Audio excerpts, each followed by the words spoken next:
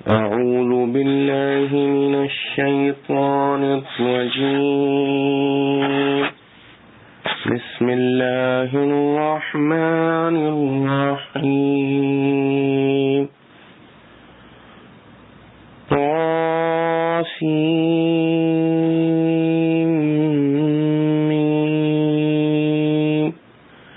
تلك آيات الكتاب المبين لعلك باخع نفسك ألا يكونوا مؤمنين إن نشأ ننزل عليهم من السماء آية فظلت أعناقهم لها خاضعين وما يأتيهم من ذكر من الرحمن محدث إلا كانوا عنه معرضين فقد كذبوا فسيأتيهم أنباء ما كانوا به يستهزئون أَوَلَمْ يَرَوْا إِلَى الْأَرْضِ كَمْ أَنبَتْنَا فِيهَا مِنْ كُلِّ زَوْجٍ كَرِيمٍ إِنَّ فِي ذَلِكَ لَآيَةً وَمَا كَانَ أَكْثَرُهُم مُؤْمِنِينَ وَإِنَّ رَبَّكَ لَهُوَ الْعَزِيزُ الرَّحِيمُ۔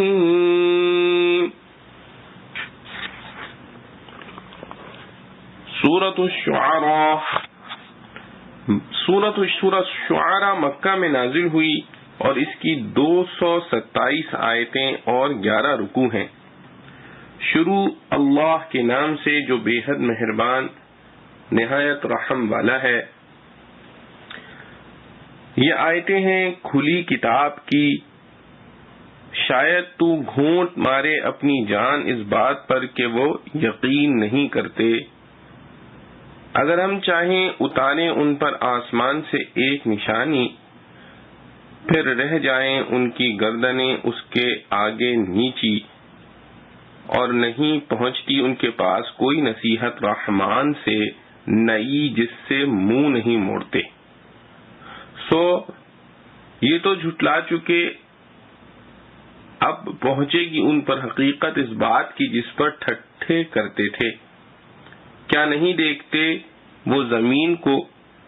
کتنی اگائیں ہم نے، اس میں ہر ایک قسم کی خاصی چیزیں، اس میں البتہ نشانی ہے اور ان میں بہت لوگ نہیں ماننے والے، اور تیرا رب وہی ہے زبردست رحم والا۔ خلاصہ تفسیر۔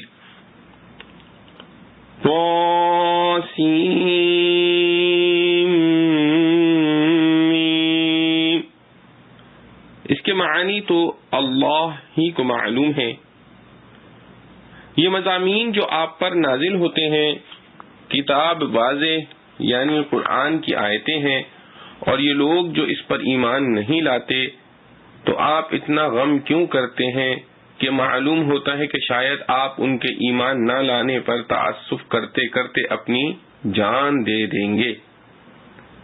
اصل یہ ہے کہ یہ عالم ابتلا ہے، اس میں حق کے اس بات پر وہی دلائل قائم کیے جاتے ہیں جن کے بعد بھی ایمان لانا بندے کے اختیار میں رہتا ہے، ورنہ اگر ہم جبرن و اضطرارن ان کو مومن کرنا چاہیں تو ان پر آسمان سے ایک ایسی بڑی نشانی نازل کر دیں کہ ان کا اختیار ہی بالکل سلب ہو جائے، پھر ان کی گردنیں اس نشانی کے آنے سے پست ہو جاویں اور بالاضطرار مومن بن جاویں، لیکن ایسا کرنے سے آزمائش باقی نہ رہے گی، اس لیے ایسا نہیں کیا جاتا اور معاملہ جبر و اختیار کے درمیان رہتا ہے۔ اور ان کی یہ حالت ہے کہ ان کے پاس کوئی تازہ فہمائش حضرت رحمان جل شأنہ کی طرف سے ایسی نہیں آتی جس سے یہ بے رخی نہ کرتے ہوں۔ سو اس بے رخی کی یہاں تک نوبت پہنچی کہ انہوں نے دین حق کو جھوٹا بتلا دیا جو اعراض کا انتہائی درجہ ہے، اور صرف اس کے ابتدائی درجے یعنی بے التفاتی پر اکتفا نہیں کیا، اور پھر تکذیب بھی خالی نہیں بلکہ استہزاء کے ساتھ۔ اب عنقریب ان کو اس بات کی حقیقت معلوم ہو جاوے گی جس کے ساتھ یہ استہزاء کیا کرتے تھے، یعنی جب عذاب الہی کا موت کے وقت یا قیامت میں معائنہ ہوگا، اس وقت قرآن کے اور ما فی القرآن یعنی عذاب وغیرہ کے حق ہونے کا انکشاف ہو جاوے گا۔ کیا انہوں نے زمین کو نہیں دیکھا جو ان سے بہت قریب اور ہر وقت پیش نظر ہے کہ ہم نے اس میں کس قدر عمدہ عمدہ قسم کی بوٹیاں اگائی ہیں جو مثل جمی مصنوعات کے اپنے بنانے والے کے وجود اور اس کی یکتائی اور کمال قدرت پر دلالت کرتی ہیں کہ اس میں توحید ذاتی و صفاتی و افعالی کی ایک بڑی نشانی عقلی ہے، اور یہ مسئلہ بھی عقلی ہے کہ خدائی کے لیے کمال ذاتی و صفاتی شرط ہے، خدائی کے لیے کمال ذاتی و صفاتی شرط ہے، اور کمال مذکور کے لوازم میں سے ہے کہ وہ خدائی میں اکیلا ہو، اور باوجود اس کے ان میں کہ اکثر لوگ ایمان نہیں لاتے اور شرک کرتے ہیں۔ غرض شرک کرنا انکار نبوت سے بھی بڑھ کر ہے۔ اس سے معلوم ہوا کہ ان کے اناد نے ان کی فطرت کو بالکل مختل کر دیا، پھر ایسوں کے پیچھے کیوں جان کھوئی جاوے۔ اور اگر ان کو شرک کے مذموم عند اللہ ہونے میں یہ شبہ ہو کہ ہم پر عذاب فوراً کیوں نہیں آ جاتا، تو اس کی وجہ یہ ہے کہ بلا شبہ آپ کا رب باوجود اس کے کہ غالب اور کامل القدرت ہے، مگر اس کے ساتھ ہی رحیم بھی ہے، اور اس کی رحمت عامہ دنیا میں کفار سے بھی متعلق ہے۔ اس کا اثر یہ ہے کہ ان کو مہلت دے رکھی ہے، ورنہ کفر یقیناً مذموم اور عذاب کا مقتدی ہے۔ معارف و مسائل۔ لعلک باخع نفسک، باخع سے مشتق ہے جس کے معنی یہ ہے کہ ذبح کرتے کرتے بخا تک پہنچ جائے جو گردن کی ایک رگ ہے، اور اس جگہ باخع سے مراد اپنے آپ کو تکلیف اور مشقت میں ڈالنا ہے۔ علامہ عسکری علیہ الرحمہ نے فرمایا کہ اس جیسے مقامات میں اگرچہ صورت جملہ خبریہ کی ہے مگر حقیقتاً اس سے مراد نہیں اور ممانعت کرنا ہے۔ مطلب یہ ہے کہ اے پیغمبر اپنی قوم کے کفر اور اسلام سے انحراف کے سبب اتنا رنج نہ کیجیے کہ جان گھلنے لگے۔ اس آیت سے ایک تو یہ معلوم ہوا کہ کسی کافر کے بارے میں اگر یہ معلوم بھی ہو جائے کہ اس کی تقدیر میں ایمان لانا نہیں ہے، تب بھی اس کو تبلیغ کرنے سے رکنا نہیں چاہیے۔ دوسرے یہ معلوم ہوا کہ مشقت میں اعتدال چاہیے، اور جو شخص ہدایت نہ پائے اس پر زیادہ حزن و غم نہ کیا جائے۔ ان نشأ ننزل علیہم من السماء آیة فظلت اعناقهم لها خاضعین۔ علامہ زمخشری نے فرمایا کہ اصل کلام فَظَلُّوا لَهَا خَاضِعِينَ ہے، یعنی کفار اس بڑی نشانی کو دیکھ کر تابع ہو جائیں اور جھک جائیں، لیکن یہاں اعناق کا لفظ یہ ظاہر کرنے کے لیے لایا گیا ہے کہ موضع خضوع ظاہر ہو جائے، کیونکہ جھکنا وغیرہ اور عاجزی کرنا سب سے پہلے گردن پر ظاہر ہوتا ہے۔ مضمون اس آیت کا یہ ہے کہ ہم اس پر بھی قادر ہیں کہ اپنی توحید اور قدرت کاملہ کی کوئی نشانی ظاہر کر دیں جس سے احکام شرعیہ اور حقائق الہیہ بدیہی ہو کر سامنے آ جائیں اور کسی کو مجال انکار نہ رہے، مگر حکمت کا مقتضی یہ ہے کہ یہ احکام و معارف بدیہی نہ ہوں بلکہ نظری رہیں، کہ غور و فکر پر موقوف رہیں، اور یہی غور و فکر انسان کی آزمائش ہے اسی پر ثواب و عذاب مرتب ہے۔ بدیہی چیزوں کا اقرار تو ایک طبعی اور ضروری امر ہے، اس میں تعبد اور اطاعت کی شان نہیں۔ زوج کریم، زوج کے لفظی معنی جوڑے کے ہیں، اسی لیے مرد و عورت نر و مادہ کو زوج کہا جاتا ہے۔ بہت سے درختوں میں بھی نر و مادہ ہوتے ہیں، ان کو اس مناسبت سے بھی زوج کہا جا سکتا ہے، اور کبھی لفظ زوج ایک خاص نوع اور صنف کے معنی میں بھی آتا ہے۔ اس معنی کے لحاظ سے درختوں کی ہر نوع کو زوج کہا جا سکتا ہے، اور کریم کے معنی ہے عمدہ اور پسندیدہ چیز۔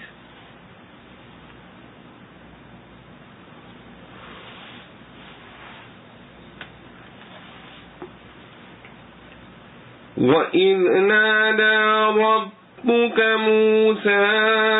أَنِ ائْتِ الْقَوْمَ الظَّالِمِينَ قَوْمَ فِرْعَوْنَ أَلَا يَتَّقُونَ قَالَ رَبِّ إِنِّي أَخَافُ أَن يُكَذِّبُونِ وَيَضِيقُ صَدْرِي وَلَا يَنطَلِقُ لِسَانِي فَأَرْسِلْ إِلَىٰ هَارُونَ وَلَهُمْ عَلَيَّ ذَنبٌ فَأَخَافُ أَن يَقْتُلُونِ قَالَ كَلَّا فَاذْهَبَا بِآيَاتِنَا إِنَّا مَعَكُمْ مُسْتَمِعُونَ۔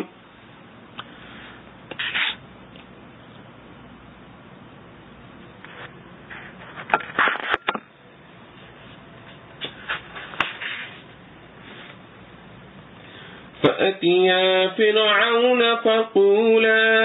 إِنَّا رَسُولُ رَبِّ الْعَالَمِينَ أَنْ أَرْسِلْ مَعَنَا بَنِي إِسْرَائِيلَ قَالَ أَلَمْ نُرَبِّكَ فِينَا وَلِيدًا وَلَبِثْتَ فِينَا مِنْ عُمُرِكَ سِنِينَ وَفَعَلْتَ فَعَلْتَكَ الَّتِي فَعَلْتَ وَأَنْتَ مِنَ الْكَافِرِينَ قَالَ فَعَلْتُهَا إِذًا وَأَنَا مِنَ الضَّالِّينَ فَفَرَرْتُ مِنكُمْ لَمَّا خِفْتُكُمْ فَوَهَبَ لِي رَبِّي حُكْمًا وَجَعَلَنِي مِنَ الْمُرْسَلِينَ وَتِلْكَ نِعْمَةٌ تَمُنُّهَا عَلَيَّ أَنْ عَبَّدتَّ بَنِي إِسْرَائِيلَ قَالَ فِرْعَوْنُ وَمَا رَبُّ الْعَالَمِينَ قَالَ رَبُّ السَّمَاوَاتِ وَالْأَرْضِ وَمَا بَيْنَهُمَا إِن كُنتُم موقنين قال لمن حوله ألا تستمعون قال ربكم ورب آبائكم الأولين قال إن رسولكم الذي أرسل إليكم لمجنون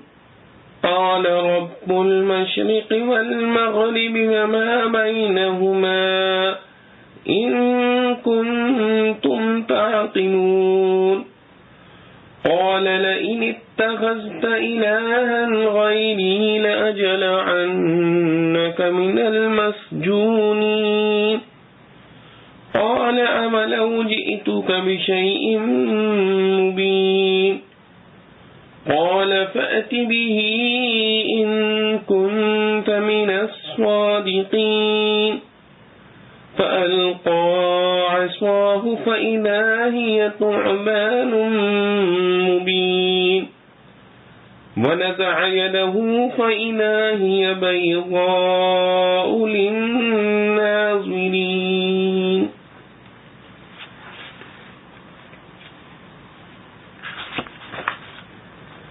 اور جب پکارا تیرے رب نے موسیٰ کو کہ جا اس قوم گناہگار کے پاس، قوم فرعون کے پاس، کیا وہ ڈرتے نہیں؟ بولا اے رب میں ڈرتا ہوں کہ مجھ کو جھٹلائیں، اور رک جاتا ہے میرا جی اور نہیں چلتی ہے میری زبان، سو پیغام دے ہارون کو اور ان کو مجھ پر ہے ایک گناہ کا دعویٰ، سو ڈرتا ہوں کہ مجھ کو مار ڈالیں۔ فرمایا کبھی نہیں، تم دونوں جاؤ لے کر ہماری نشانیاں، ہم ساتھ تمہارے سنتے ہیں۔ تو جاؤ فرعون کے پاس اور کہو ہم پیغام لے کر آئے ہیں پروردگار عالم کا، یہ کہ بھیج دے ہمارے ساتھ بنی اسرائیل کو۔ بولا کیا نہیں پالا ہم نے تجھ کو اپنے اندر لڑکا سا، اور رہا تو ہم میں اپنی عمر میں سے کئی برس، اور کر گیا تو وہ اپنی کرتوت جو کر گیا ہے، اور کر گیا تو وہ اپنی کرتوت جو کر گیا، اور تو ہے ناشکر۔ کہا کیا تو تھا میں نے وہ کام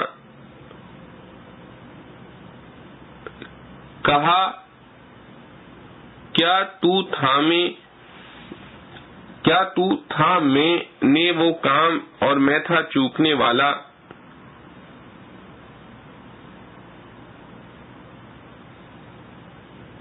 پھر بھاگا میں تم سے جب تمہارا ڈر دیکھا، پھر بخشا مجھ کو میرے رب نے حکم اور ٹھہرایا مجھ کو پیغام پہنچانے والا۔ کہا کیا تو تھا میں نے وہ کام اور میں تھا چوکنے والا، پھر بھاگا میں تم سے جب تمہارا ڈر دیکھا، پھر بخشا مجھ کو میرے رب نے حکم اور ٹھہرایا مجھ کو پیغام پہنچانے والا۔ اور کیا وہ احسان ہے جو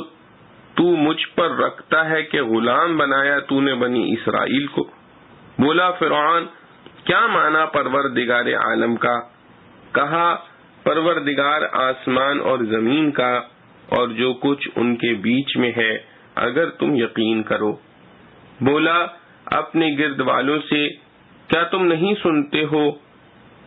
کہا پروردگار تمہارا اور پروردگار تمہارے اگلے باپ دادوں کا۔ بولا تمہارا پیغام لانے والا جو تمہاری طرف بھیجا گیا ضرور بابلا ہے۔ کہا پروردگار مشرق کا اور مغرب کا اور جو کچھ ان کے بیچ میں ہے، اگر تم سمجھ رکھتے ہو۔ بولا اگر تو نے ٹھہرایا کوئی اور حاکم میرے سوائے تو مقرر ڈالوں گا تجھ کو قید میں۔ کہا اور اگر لے کر آیا ہوں تیرے پاس ایک چیز کھول دینے والی، بولا تو وہ چیز لا، اور اگر تو سچ کہتا ہے۔ پھر ڈال دیا اپنا عصا، سو اسی وقت وہ اژدہا ہو گیا صریح، اور اندر سے نکالا اپنا ہاتھ، سو اسی وقت وہ سفید تھا دیکھنے والوں کے سامنے۔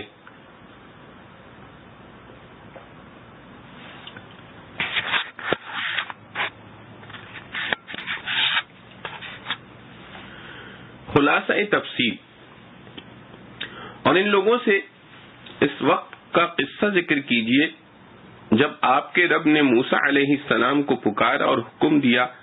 کہ تم ان ظالم لوگوں کے یعنی قوم فرعون کے پاس جاؤ، اور اے موسیٰ دیکھو کیا یہ لوگ ہمارے غضب سے نہیں ڈرتے؟ یعنی ان کی حالت عجیب اور شنیع ہے، اس لیے ان کی طرف تم کو بھیجا جاتا ہے۔ انہوں نے عرض کیا کہ اے میرے پروردگار، میں اس خدمت کے لیے حاضر ہوں، لیکن اس خدمت کی تکمیل کے لیے ایک مددگار چاہتا ہوں، کیونکہ مجھ کو یہ اندیشہ ہے کہ وہ مجھ کو اپنی پوری بات کہنے سے پہلے ہی جھٹلانے لگیں، اور طبعی طور پر ایسے وقت میں میرا دل تنگ ہونے لگتا ہے اور میری زبان اچھی طرح نہیں چلتی، اس لیے ہارون کے پاس بھی وہی بھیج دیجئے اور ان کو نبوت عطا فرما دیجئے کہ اگر میری تکذیب کی جاوے تو وہ تصدیق کرنے لگیں، تاکہ دل شگفتہ اور زبان رواں رہے، اور اگر میری زبان کسی وقت بند ہو جاوے تو وہ تقریر کرنے لگیں، اور ہرچند کہ یہ غرض ویسے بھی ہارون علیہ السلام کو بلا نبوت عطا ہوئے ساتھ رکھنے سے حاصل ہو سکتی تھی، مگر عطائے نبوت میں اور زیادہ باکمل وجوہ پوری ہوئی۔ اور ایک عمل یہ قابل عرض ہے کہ میرے ذمے ان لوگوں کا ایک جرم بھی ہے کہ میرے ہاتھ سے ایک قبطی قتل ہو گیا تھا، جس کا قصہ سورہ قصص میں آئے گا۔ اس لیے مجھ کو ایک یہ اندیشہ ہے کہ وہ لوگ مجھ کو قبل تبلیغ رسالت قتل کر ڈالیں، تب بھی تبلیغ نہ کر سکوں گا، تو اس کی بھی کوئی تدبیر فرما دیجیے۔ ارشاد ہوا کہ کیا مجال ہے جو ایسا کر سکیں، اور ہم نے ہارون کو بھی پیغمبری دی۔ اب تبلیغ کے دونوں معنی مرتفع ہو گئے، اب تم دونوں میرے احکام لے کر جاؤ کہ ہارون بھی نبی ہو گئے اور ہم نصرت و امداد سے تمہارے ساتھ ہیں، اور جو گفتگو تمہاری اور ان لوگوں کی ہوگی اس کو سنتے ہیں، تم دونوں فرعون کے پاس جاؤ اور اس سے کہو کہ ہم رب العالمین کے فرستادہ ہیں، اور دعوت الی توحید کے ساتھ یہ حکم بھی لائے ہیں کہ تو بنی اسرائیل کو اپنے بیگار اور ظلم سے رہائی دے کر ان کے اصلی وطن ملک شام کی طرف ہمارے ساتھ جانے دے۔ خلاصہ اس دعوت کا حقوق اللہ اور حقوق العباد میں ظلم و تعدی کا ترک کرنا ہے۔ چنانچہ یہ دونوں حضرات گئے اور فرعون سے سب مضامین کہہ دیے۔ فرعون یہ سب باتیں سن کر اول موسیٰ علیہ السلام کی طرف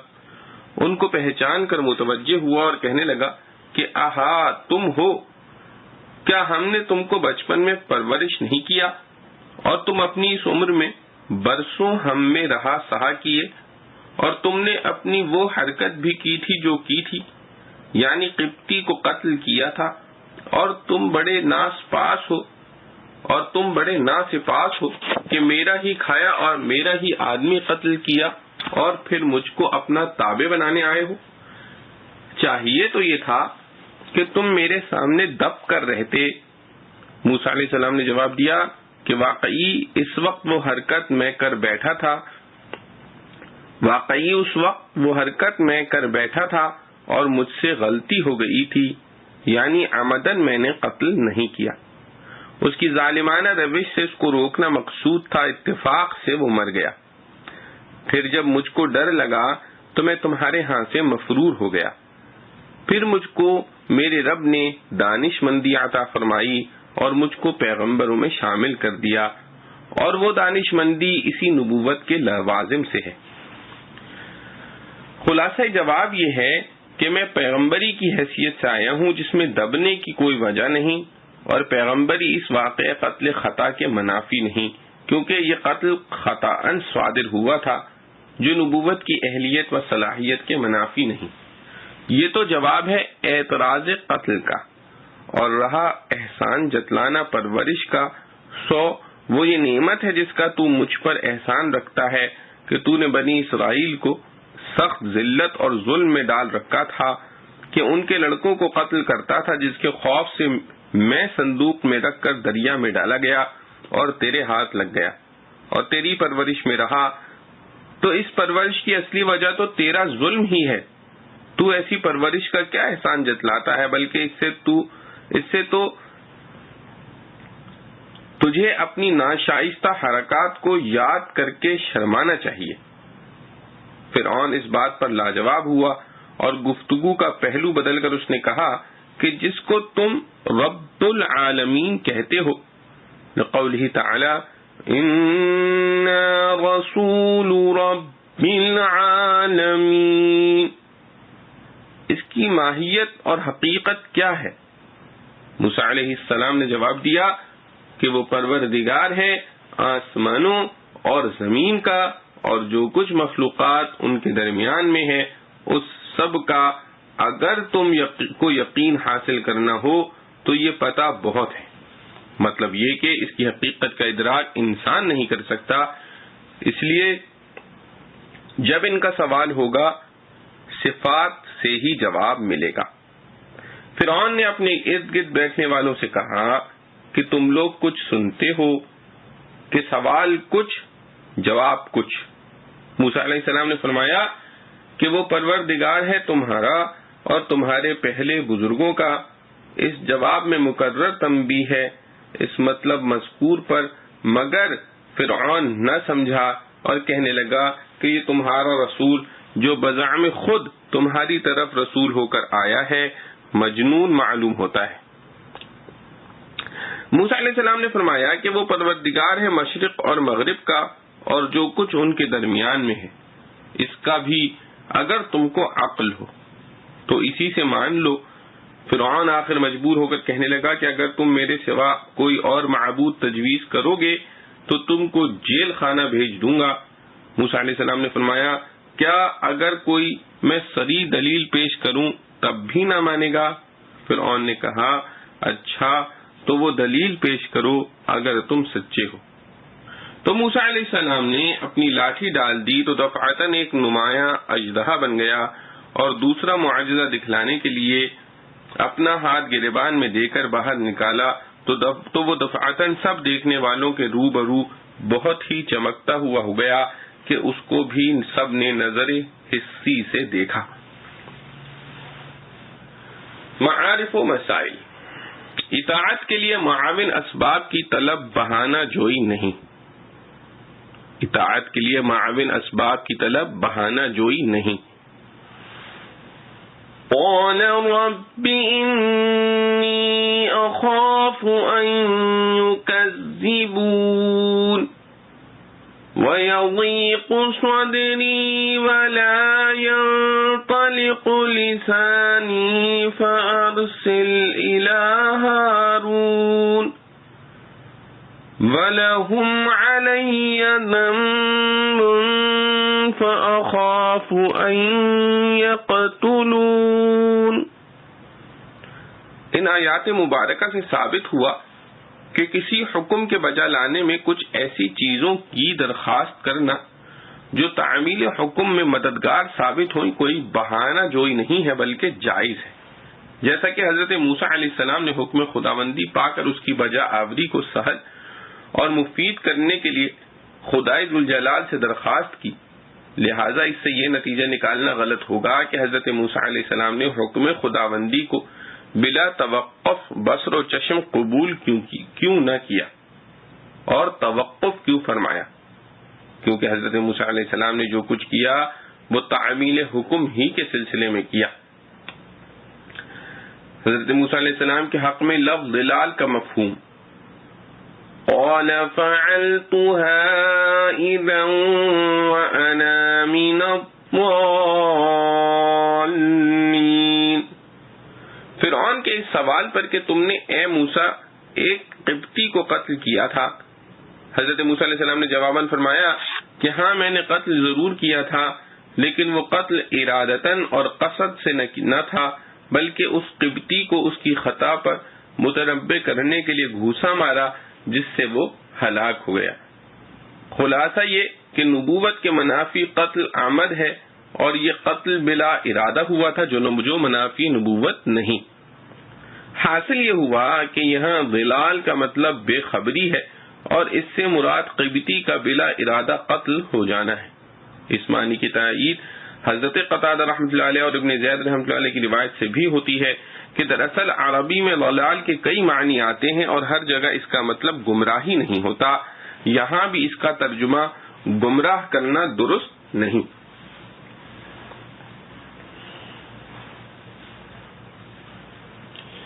خدائے ذوالجلال کی ذات و حقیقت کا علم انسان کے لیے ناممکن ہے۔ قال فرعون وما رب العالمین۔ اس آیت مبارکہ سے ثابت ہوا کہ خدائے ذوالجلال کی کنا و حقیقت کا جاننا ممکن نہیں، کیونکہ فرعون کا سوال خدا تعالی کی حقیقت ماہیت کے متعلق تھا۔ حضرت موسیٰ علیہ السلام نے بجائے ماہیت باری تعالی بتلانے کے خدا تعالی کے اوصاف بیان فرمائے، جس سے اشارہ فرما دیا کہ خدا تعالی کی کنا اور حقیقت کا ادراک ناممکن ہے اور ایسا سوال ہی کرنا بیجا ہے۔ ان ارسل معنا بنی اسرائیل. بنی اسرائیل ملک شام کے باشندے تھے. وہاں جانا چاہتے تو فرعون ان کو جانے نہ دیتا تھا. اس طرح 400 سال سے وہ اس کی قید میں غلامی کی زندگی بسر کر رہے تھے. ان کی تعداد اس وقت 6,30,000 تھی. حضرت موسیٰ علیہ السلام نے فرعون کو پیغام حق پہنچانے کے ساتھ ہی بنی اسرائیل پر جو ظلم اس نے کر رکھا تھا اس سے باز آنے اور ان کو آزاد چھوڑ دینے کی ہدایت فرمائی.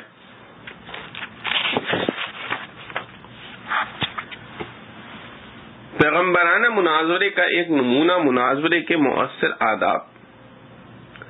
دو مختلف الخیال شخصوں اور جماعتوں میں نظریاتی بحث و مباحثہ، جس کو اصطلاح میں مناظرہ کہا جاتا ہے، زمانے قدیم سے رائج ہے، مگر عام طور پر مناظرہ ایک ہار جیت کا کھیل ہو کر رہ گیا ہے. لوگوں کی نظر میں مناظرے کا حاصل اتنا ہی ہے کہ اپنی بات اونچی ہو، چاہے اس کی غلطی خود بھی معلوم ہو چکی ہو. اس کو صحیح اور قوی ثابت کرنے کے لیے دلائل اور ذہانت کا سارا زور خرچ کیا جائے. اسی طرح مخالف کی کوئی بات سچی اور صحیح بھی ہو تو بہرحال رد ہی کرنا اور اس کی تردید میں پوری توانائی صرف کرنا ہے. اسلام ہی نے اس کام میں خاص اعتدال پیدا کیا ہے. اس کے اصول و قواعد اور حدود متعین کر کے اس کو ایک مفید و مؤثر آلہ تبلیغ و اصلاح بنایا ہے. آیات مذکورہ میں اس کا ایک مختصر سا نمونہ ملاحظہ فرمائیے. حضرت موسیٰ و ہارون علیہ السلام نے جب فرعون جیسے جبار خدائی کے مدعی کو اس کے دربار میں دعوت حق پہنچائی تو اس نے مخالفانہ بحث کا آغاز اول دو ایسی باتوں سے کیا جن کا تعلق حضرت موسیٰ علیہ السلام کی ذات سے تھا. جیسا ہوشیار مخالف عموماً جب اصل بات کے جواب پر قادر نہیں ہوتا تو مخاطب کی ذاتی کمزوریاں ڈھونڈا اور بیان کیا کرتا ہے تاکہ وہ کچھ شرمندہ ہو جائے اور لوگوں میں اس کی ہوا اکھڑ جائے. یہاں بھی فرعون نے دو باتیں کہیں. اول تو یہ کہ تم ہمارے پروردہ ہمارے گھر میں پل کر جوان ہوئے ہو، ہم نے تم پر احسانات کیے ہیں، تمہاری کیا مجال ہے کہ ہمارے سامنے بولو. دوسری بات یہ ہے کہ تم نے ایک قبطی شخص کو بلا وجہ قتل کر ڈالا ہے جو علاوہ ظلم کے حق ناشناسی اور ناشکری بھی ہے کہ جس قوم میں پلے اور جوان ہوئے اسی آدمی کو مار ڈالا. اس کے بالمقابل حضرت موسیٰ علیہ السلام کا پیغمبرانہ جواب دیکھیے کہ اول تو جواب میں سوال کی ترتیب کو بدلا، یعنی قبطی کے قتل کا قصہ جو فرعون نے بعد میں بیان کیا تھا اس کا جواب پہلے آیا، اور خانہ پروردہ ہونے کا احسان کا ذکر جو پہلے کیا تھا اس کا جواب بعد میں. اس ترتیب بدلنے میں حکمت یہ معلوم ہوتی ہے کہ واقعہ قبطی میں ایک اپنی کمزوری ضرور واقع ہوئی تھی. آج کل کے مناظروں کے طرز پر تو ایسی چیز کے ذکر ہی کو رلا ملا دیا جاتا ہے اور دوسری باتوں کی طرف توجہ پھیرنے کی کوشش کی جاتی ہے، مگر اب اللہ تعالی کے رسول نے اسی کے جواب کو اولیت دی اور جواب بھی فی الجملہ اعتراف کمزوری کے ساتھ دیا. اس کی قطعاً پرواہ نہ کی کہ مخالف لوگ کہیں گے کہ انہوں نے اپنی غلطی کا اعتراف کر کے ہار مان لی. حضرت موسیٰ علیہ السلام نے اس کے جواب میں اس کا تو اعتراف کر لیا کہ اس قتل میں مجھ سے غلطی اور خطا ہو گئی، مگر ساتھ ہی اس حقیقت کو بھی واضح کر دیا کہ یہ غلطی قصداً نہیں تھی، ایک صحیح اقدام تھا جو اتفاقاً غلط انجام پر پہنچ گیا. کہ مقصد تو قبطی کو اسرائیلی شخص پر ظلم سے روکنا تھا، اسی قصد سے اس کو ایک ضرب لگائی تھی، اتفاقاً وہ اسی سے مر گیا. اس لیے یہ فعل خطا ہونے کے باوجود ہمارے اصل معاملہ یعنی نبوت کے دعوے اور اس کی حقانیت پر کوئی اثر نہیں ڈالتا. مجھے اس غلطی پر تنبہ ہوا اور قانونی گرفت کے خوف سے شہر سے نکل گیا. اللہ تعالی نے پھر کرم فرمایا اور نبوت و رسالت سے سرفراز فرما دیا. غور کیجئے کہ اس وقت دشمن کے مقابلے میں موسیٰ علیہ السلام کا سیدھا صاف جواب یہ تھا کہ مقتول قبطی کو واجب القتل ثابت کرتے، اس پر ایسے الزامات لگاتے جس سے اس کا واجب القتل ہونا ثابت ہوتا۔ کوئی دوسرا آدمی تکذیب کرنے والا بھی وہاں موجود نہ تھا جس سے تردید کا اندیشہ ہوتا، اور اس جگہ حضرت موسیٰ علیہ السلام کے سوا کوئی دوسرا آدمی ہوتا تو اس کا جواب اس کے سوا کچھ نہ ہوتا، مگر وہاں تو خدا تعالیٰ کا ایک اولو العزم رسول صدق مجسم تھا جو حق و صدق اور حقیقت کے اظہار ہی کو اپنی فتح سمجھتا تھا۔ دشمن کے بھرے دربار میں اپنی خطا کا اعتراف بھی کر لیا اور اس سے جو نبوت و رسالت پر شبہ ہو سکتا تھا اس کا جواب بھی دے دیا۔ اس کے بعد پہلی بات یعنی خانہ پروردہ ہونے کے احسان جتلانے کے جواب کی طرف توجہ فرمائی تو اس کے اس ظاہری احسان کی اصل حقیقت کی طرف توجہ دلا دی کہ ذرا سوچو، میں کہاں اور دربار فرعون کہاں؟ میری پرورش تمہارے گھر میں ہونے کے سبب پر غور کرو تو یہ حقیقت کھل جائے گی کہ تم جو پوری قوم بنی اسرائیل پر یہ خلاف انسانیت ظلم توڑ رہے تھے کہ ان کے بے گناہ معصوم لڑکوں کو قتل کر دیتے تھے، بظاہر تو تمہارے اس ظلم و ستم سے بچنے کے لیے میری والدہ نے مجھے دریا میں ڈالا اور تم نے اتفاقی طور پر میرا تابوت دریا سے نکال کر گھر میں رکھ لیا، اور حقیقتاً یہ اللہ تعالی کا حکیمانہ انتظام اور تمہارے ظلم کی غیبی سزا تھی کہ جس بچے کے خطرے سے بچنے کے لیے تم نے ہزاروں بچے قتل کر ڈالے تھے، قدرت نے اس بچے کو تمہارے ہی ہاتھوں پلوایا۔ اب سوچو کہ یہ میری پرورش تمہارا کیا احسان تھا۔ اسی پیغمبرانہ طرز جواب کا یہ اثر تو طبعی اور عقلی طور پر حاضرین پر ہونا ہی تھا کہ یہ بزرگ کوئی بات بنانے والی نہیں، سچ کے سوا کچھ نہیں کہتے۔ اس کے بعد جب معجزات دیکھے تو اور زیادہ اس کی تصدیق ہو گئی، اور گو اقرار نہیں کیا مگر مرعوب اتنا ہو گیا کہ یہ صرف دو آدمی جن کے آگے پیچھے کوئی تیسرا مددگار نہیں، دربار سارا اس کا، شہر اور ملک اس کا، مگر یہ خوف اس پر طاری ہے کہ یہ دو آدمی ہمیں اپنے اس ملک و مملکت سے نکال دیں گے۔ یہ ہوتا ہے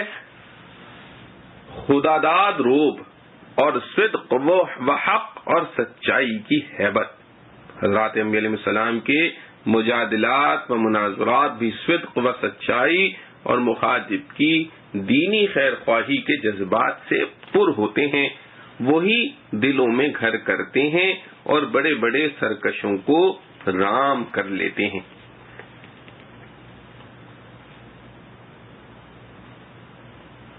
قال للملأ حوله إن هذا لساحر عليم يريد أن يخرجكم من أرضكم بسحره فماذا تأمرون قالوا أرجه وأخاه وابعث في المدائن حاشرين يأتوك بكل سحار عليم فجمع السحرة لميقات يوم معلوم وقيل للناس هل أنتم مجتمعون لعلنا نتبع السحرة إن كانوا هم الغالبين فلما جاء السحرة قالوا لفرعون أئن لنا لأجرا إن كنا نحن الغالبين قال نعم وإنكم إذا لمن المقربين قال لهم موسى ألقوا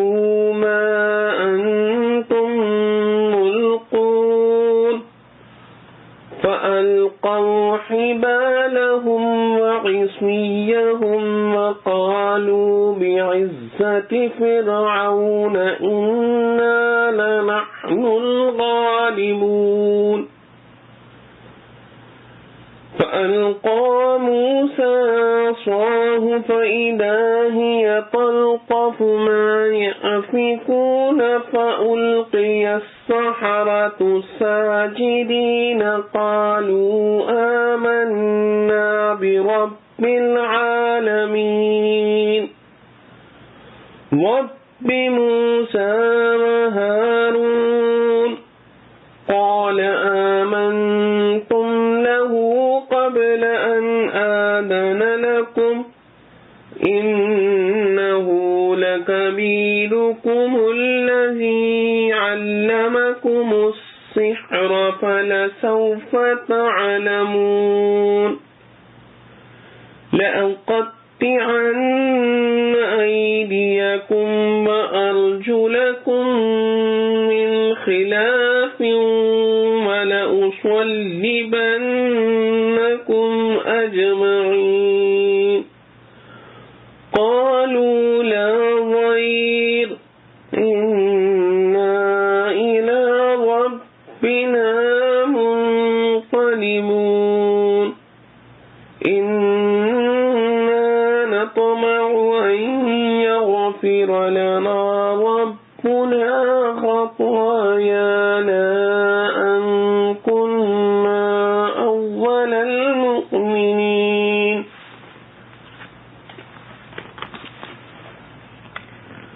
بولا اپنے گرد کے سرداروں سے یہ تو کوئی جادوگر ہے پڑھا ہوا، چاہتا ہے کہ نکال دے تم کو تمہارے دیس سے اپنے جادو کے زور سے، سو اب کیا حکم دیتے ہو؟ بولے ڈھیل دے اس کو اور اس کے بھائی کو اور بھیج دے شہروں میں نقیب، لے آئیں تیرے پاس جو بڑا جادوگر ہو پڑھا ہوا۔ پھر اکٹھے کیے جادوگر وعدے پر ایک مقرر دن کے، اور کہہ دیا لوگوں کو کیا تم بھی اکٹھے ہوگے؟ شاید ہم راہ قبول کر لیں جادوگروں کی اگر ہو ان کو غلبہ۔ پھر جب آئے جادوگر کہنے لگے فرعون سے بھلا کچھ ہمارا حق بھی ہے اگر ہو ہم کو غلبہ؟ بولا البتہ اور تم اس وقت مقربوں میں ہوگے۔ کہا ان کو موسیٰ نے ڈالو جو تم ڈالتے ہو، پھر ڈالیں انہوں نے اپنی رسیاں اور لاٹھیاں، اور بولے فرعون کے اقبال سے ہماری ہی فتح ہے۔ پھر ڈالا موسیٰ علیہ السلام نے اپنا عصا، پھر تبھی وہ نگلنے لگا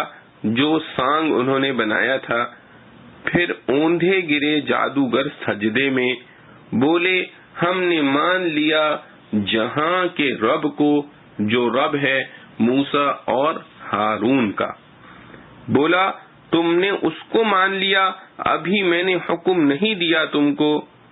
مقدر وہ تمہارا بڑا ہے جس نے تم کو سکھلایا جادو، سو اب معلوم کر لوگے، البتہ کاٹوں گا تمہارے ہاتھ اور دوسری طرف کے پاؤں اور سولی پر چڑھاؤں گا تم سب کو۔ بولے کچھ ڈر نہیں، ہم کو اپنے رب کی طرف پھر جانا ہے، ہم غرض رکھتے ہیں کہ بخش دے ہم کو رب ہمارا تقصیریں ہماری اس واسطے کہ ہم ہوئے پہلے قبول کرنے والے۔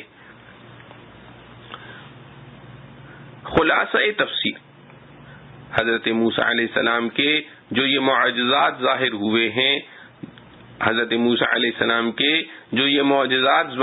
ہیں، تو فرعون نے اہل دربار سے جو اس کے آس پاس بیٹھے تھے کہا کہ اس میں کوئی شک نہیں کہ یہ بڑا ماہر جادوگر ہے، اس کا اصل مطلب یہ ہے کہ اپنے جادو کے زور سے خود رئیس ہو جاوے اور تم کو تمہاری زمین سے باہر کر دے تاکہ بلا مزاحمت غیر اپنی قوم کو لے کر ریاست کرے،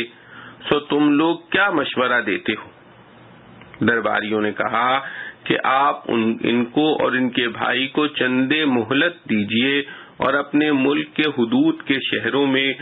گرد اوروں کو یعنی چپراسیوں کو حکم نامے دے کر بھیج دیجئے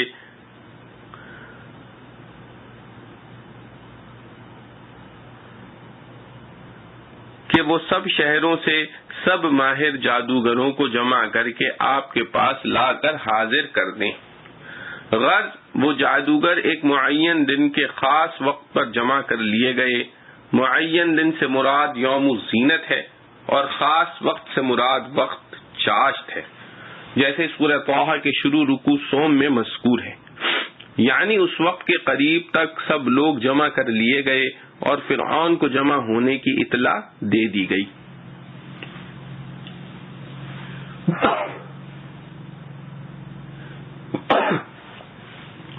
اور فرعون کی جانب سے بطور اعلان عام کے لوگوں کو یہ اشتہار دیا گیا کہ کیا تم لوگ فلاں موقع پر واقعہ دیکھنے کے لیے جمع ہوگے، یعنی جمع ہو جاؤ تاکہ اگر جادوگر غالب آ جائیں جیسا کہ غالب توقع ہے تو ہم انہی کی راہ پر رہیں، یعنی وہی راہ جس پر فرعون تھا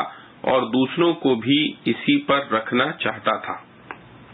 مطلب یہ کہ جمع ہو کر دیکھو، امید ہے کہ جادوگر غالب رہیں گے تو ہم لوگوں کے طریق کا حق ہونا حجت سے ثابت ہو جائے گا۔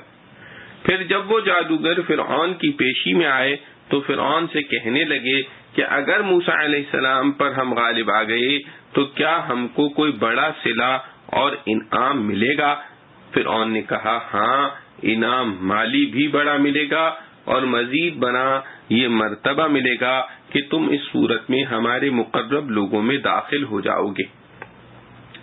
غرض اس گفتگو کے بعد عین موقع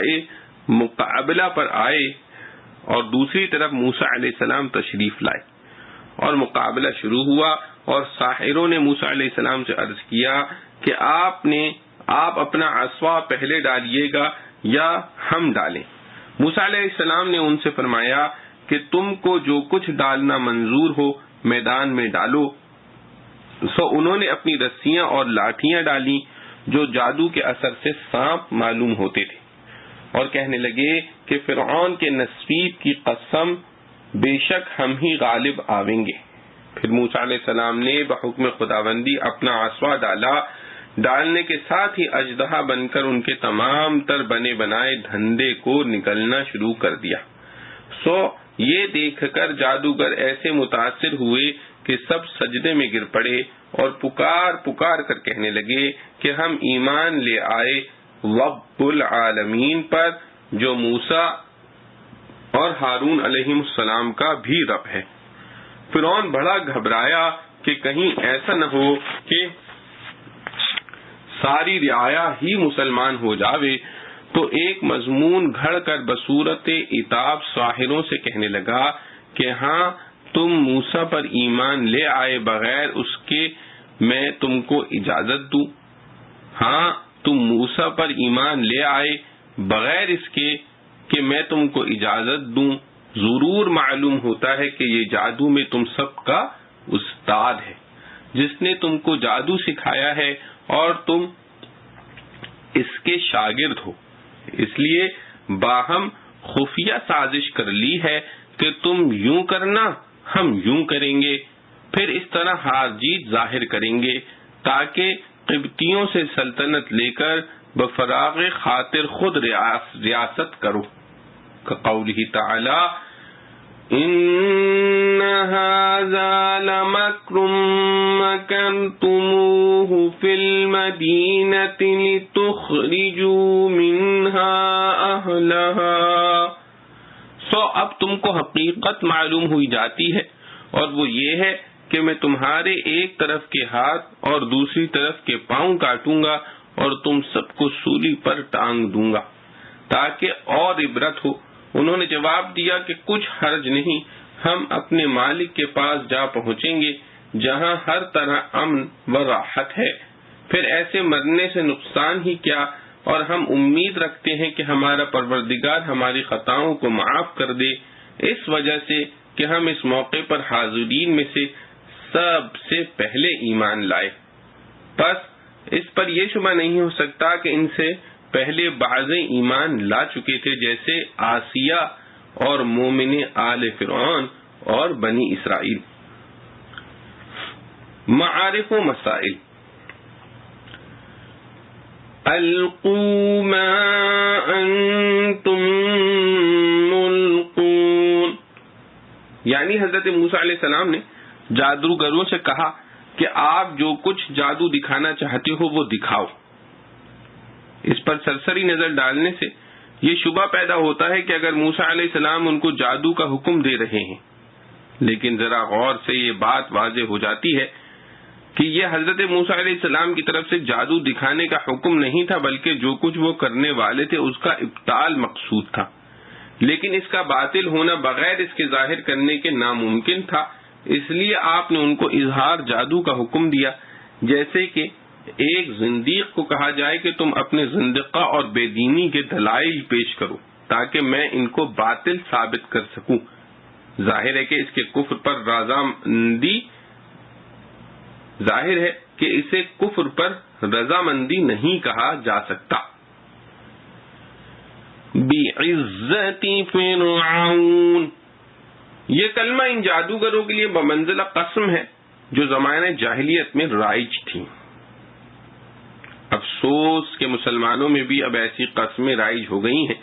جو اس سے زیادہ شنیع اور قبیح ہیں۔ مثلا بادشاہ کی قسم،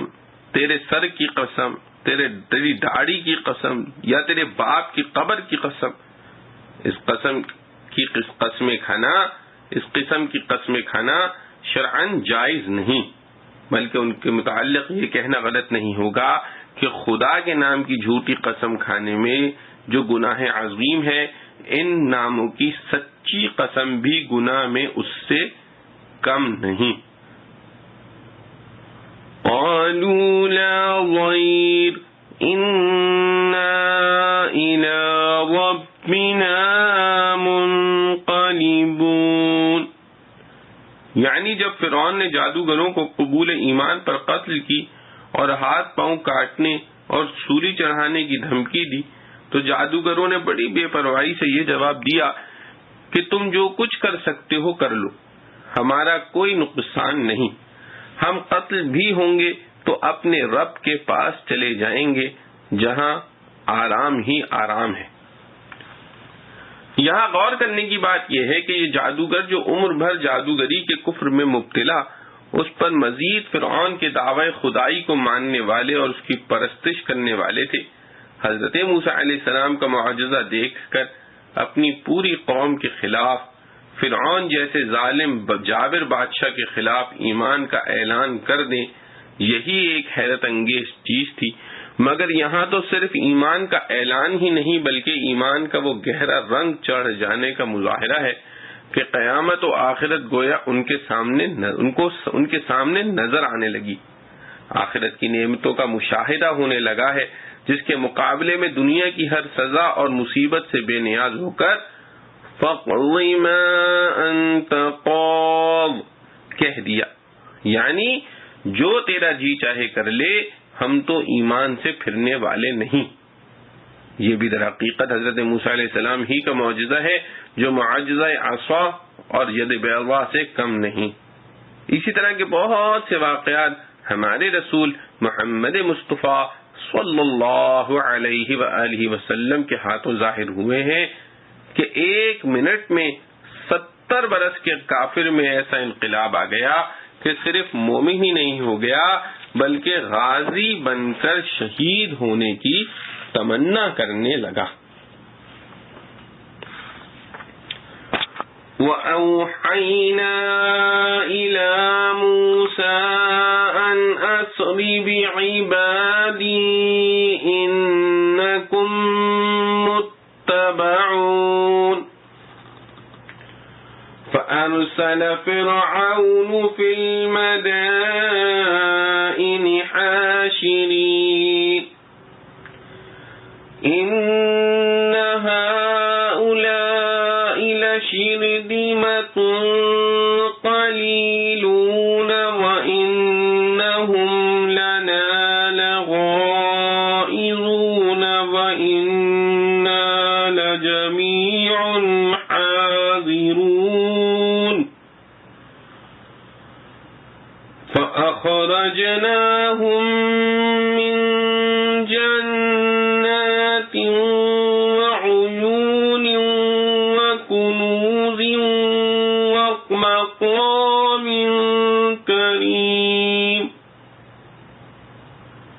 وَكُنُوزٍ وَمَقَامٍ كَرِيمٍ كَذَلِكَ وَأَوْرَثْنَاهَا بَنِي إِسْرَائِيلَ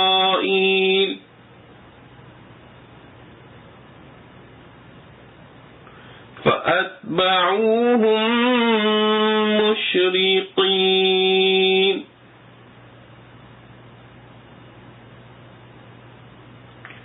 قالت فلما تراءى الجمعان قال أصحاب موسى إنا لمدركون قال كلا إن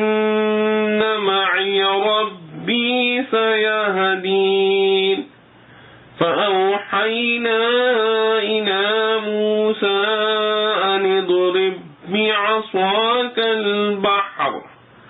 فانفلق فكان كل فرق كالطود العظيم وأزلفنا ثم الآخرين وأنجينا موسى ومن معه أجمعين ثم أغرقنا الآخرين إن في ذلك لآية وما كان أكثرهم مؤمنين. اور حکم بھیجا ہم نے موسیٰ کو کہ رات کو لے نکل میرے بندوں کو البتہ تمہارا پیچھا کریں گے. پھر بھیجے فرعون نے شہروں میں نقیب. یہ لوگ جو ہیں سو ایک جماعت ہے تھوڑی سی، اور وہ مقرر ہم سے دل جلے ہوئے ہیں، اور ہم سارے ان سے خطرہ رکھتے ہیں. پھر نکال باہر کیا ہم نے ان کو باغوں اور چشموں سے اور خزانوں اور عمدہ مکانوں سے. اسی طرح اور ہاتھ لگا دی ہم نے یہ چیزیں بنی اسرائیل کے. پھر پیچھے پڑے ان کے سورج نکلنے کے وقت. پھر جب مقابل ہوئیں دونوں فوجیں کہنے لگے موسیٰ کے لوگ ہم تو پکڑے گئے. کہا ہرگز نہیں، میرے ساتھ ہے میرا رب، وہ مجھ کو راہ بتلائے گا.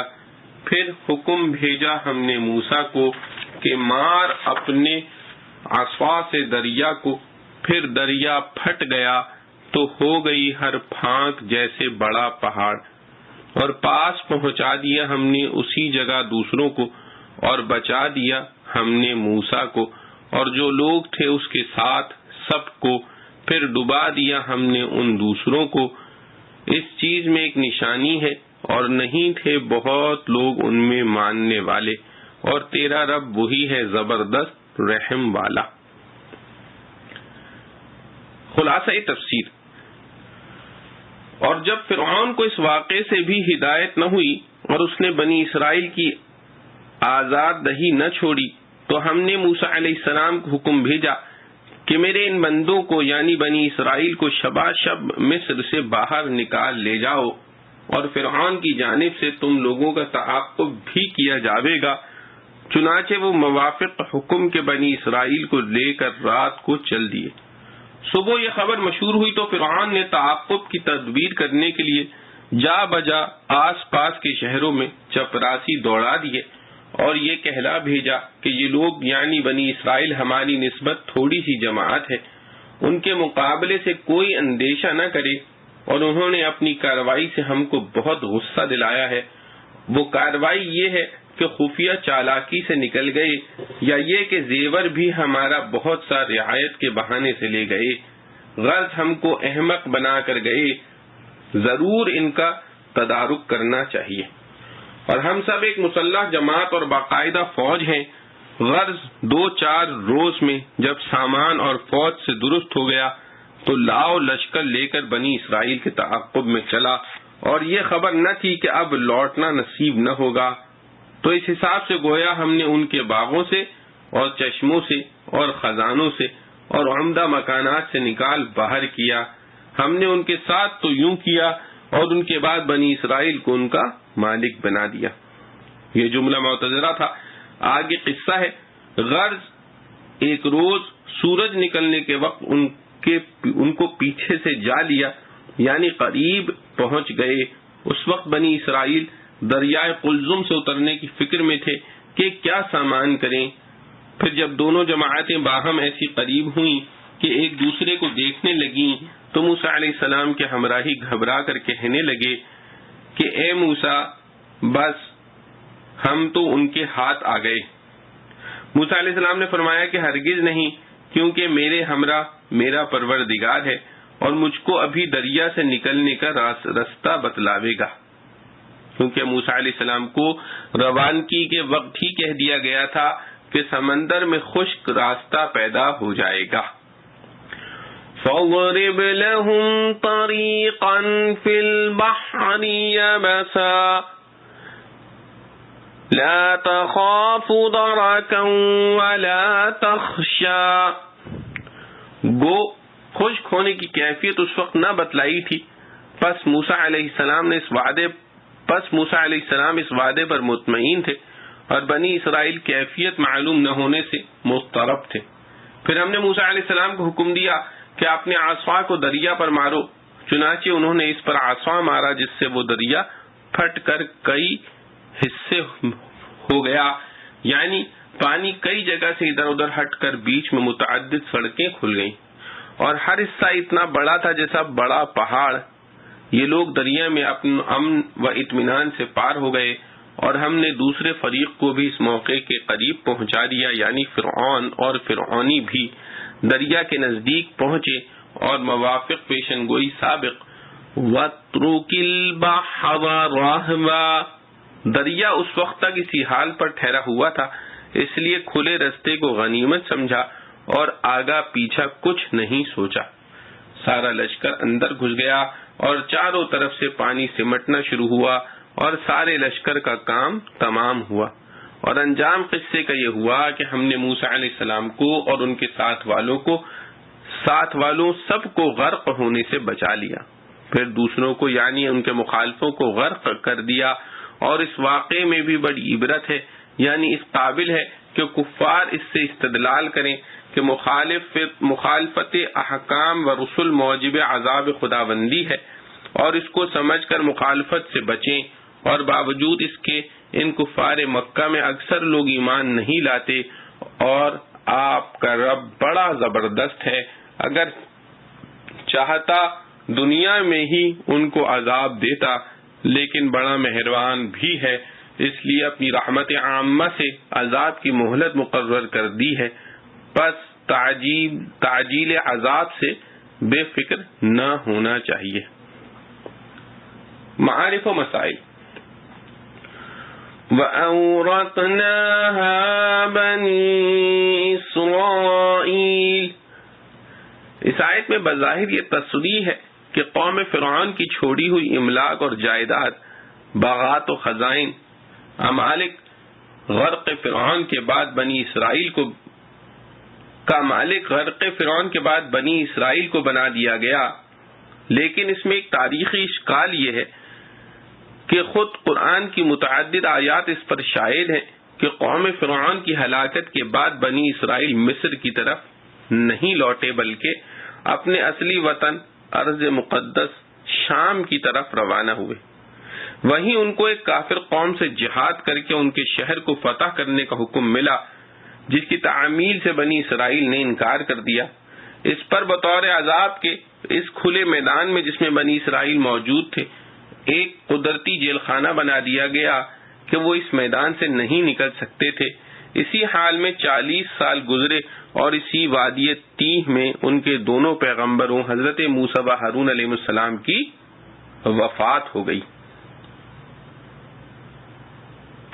اس کے بعد بھی کتب تاریخ سے یہ ثابت نہیں ہوتا کہ کسی وقت بنی اسرائیل اجتماعی اور قومی صورت میں مصر میں داخل ہوئے ہوں کہ قوم فرعون کی جائیداد و خزائن پر ان کا قبضہ ہوا. تفسیر روح المعانی میں سورہ شعراء کی اسی آیات کے تحت اس کے 2 جواب ائمہ تفسیر حضرت حسن رحمۃ اللہ علیہ و قتادہ رحمۃ اللہ علیہ کے حوالے سے نقل کیے ہیں حضرت حسن رحمۃ اللہ علیہ کا ارشاد ہے کہ آیت مذکورہ میں بنی اسرائیل کو فرعونی متروکہ جائیداد کا وارث بنانے کا ذکر ہے، مگر یہ کہیں مذکور نہیں کہ یہ واقعہ ہلاک فرعون کے بعد ہو جائے گا۔ وادی تیہ کے واقعے اور 40-50 سال کے بعد بھی اگر وہ مصر میں داخل ہوئے ہوں تو آیت کے مفہوم میں کوئی فرق نہیں آتا۔ یہ امر کے تاریخ سے ان کا اجتماعی داخلہ مصر ثابت نہیں، تو یہ اعتراض اس لیے قابل التفات نہیں ہے کہ اس زمانے کی تاریخ یہود و نصارہ کی لکھی ہوئی اکاذیب سے بھرپور ہے جو کسی طرح قابل اعتماد نہیں۔ اس کی وجہ سے آیت قرآن میں کوئی تعویل کرنے کی ضرورت نہیں۔ حضرت قتادہ رحمۃ اللہ علیہ نے فرمایا کہ اس واقعے کے متعلق جتنی آیات قرآن کریم کی متعدد صورتوں میں آئی ہیں، مثلا سورہ اعراف آیت 128 و 137 اور سورہ قصص آیت 5 اور سورہ دخان کی آیت 25 تا 28 اور سورہ شعراء کی آیت مذکورہ 59، ان سب کے ظاہر سے اگرچہ ذہن اس طرف جاتا ہے کہ بنی اسرائیل کو خاص انہی باغات اور جائیدادوں کا مالک بنایا گیا تھا جو قوم فرعون نے ارض مصر میں چھوڑی تھی، جس کے لیے بنی اسرائیل کا مصر کی طرف لوٹنا ضروری ہے، لیکن ان سب آیتوں کے الفاظ میں اس کی بھی واضح گنجائش موجود ہے کہ مراد ان سے یہ ہو کہ بنی اسرائیل کو اسی طرح کے خزائن اور باغات وغیرہ کا مالک بنا دیا گیا ہے جس طرح کے باغات قوم فرعون کے پاس تھے، جس کے لیے یہ ضروری نہیں کہ وہ ارض مصر ہی میں پہنچ کر حاصل ہوں بلکہ ارض شام میں بھی حاصل ہو سکتے ہیں۔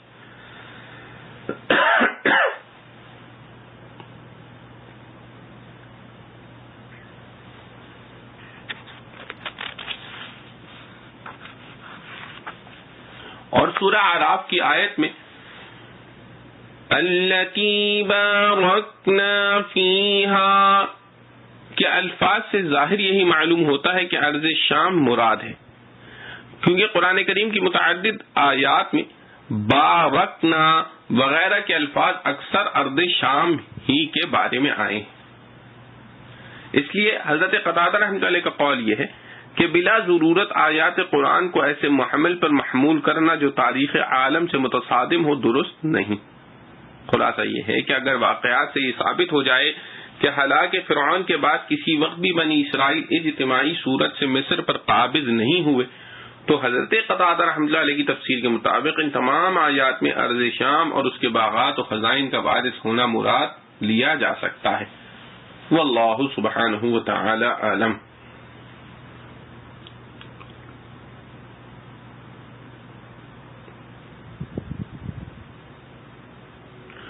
قال اصحاب موسى إنا لمدركون قال كلا إن معي ربي سيهدين۔ اس وقت جبکہ فرعونی لشکر جو ان کے تعاقب میں تھا جب بالکل سامنے آ گیا تو پوری قوم بنی اسرائیل چلا اٹھی کہ ہم تو پکڑ لیے گئے، اور پکڑے جانے میں شبہ اور دیر ہی کیا تھی کہ پیچھے یہ لشکر جرار اور آگے دریا ہائل۔ یہ صورتحال موسیٰ علیہ السلام سے بھی غائب نہ تھی، مگر وہ کوہ استقامت اللہ کے وعدے پر یقین کیے ہوئے اس وقت بھی بڑے زور سے کہتے ہیں کلا، ہرگز نہیں پکڑے جا سکتے، اور وجہ یہ بتلاتے ہیں کہ ان معی ربی سیہدین، میرے ساتھ میرا پروردگار ہے جو مجھے راستہ دے گا۔ ایمان کا امتحان ایسے ہی مواقع میں ہوتا ہے کہ موسیٰ علیہ السلام پر ذرا ہراس نہیں تھا، وہ گویا راستہ بچنے کا آنکھوں سے دیکھ رہے تھے۔ اسی طرح کا بعینی ہی واقعہ ہجرت کے وقت غار ثور میں چھپنے کے وقت رسول کریم صلی اللہ علیہ وسلم کو پیش آیا تھا کہ دشمن جو آپ کو کے تعاقب میں تھا اس غار کی دہانے پر آ کھڑے ہوئے، ذرا نیچے نظر کریں تو آپ صلی اللہ علیہ وسلم ان کے سامنے آ جائیں۔ اس وقت صدیق اکبر رضی اللہ عنہ کو گھبراہٹ ہوئی تو آپ نے بعینی ہی یہی جواب دیا لا تحزن ان اللہ معنا، کہ غم نہ کرو اللہ ہمارے ساتھ ہے۔ ان دونوں واقعات میں ایک بات یہ بھی قابل نظر ہے کہ حضرت موسیٰ علیہ السلام نے اپنی قوم کو تسلی دینے کے لیے کہا ان معی ربی، میرے ساتھ میرا رب ہے. اور رسول اللہ صلی اللہ علیہ وسلم نے جواب معنا فرمایا کہ ہم دونوں کے ساتھ ہمارا رب ہے. یہ امت محمدیہ علیہ صحبہ الصلاۃ والسلام کی خصوصیت ہے کہ اس کے افراد بھی اپنے رسول صلی اللہ علیہ وسلم کے ساتھ معیت الہیہ سے سرفراز ہیں. وَاتْلُ عَلَيْهِمْ نَبَأَ إِبْرَاهِيمَ إِذْ قَالَ لِأَبِيهِ وَقَوْمِهِ مَا تَعْبُدُونَ قَالُوا نَعْبُدُ أَصْنَامًا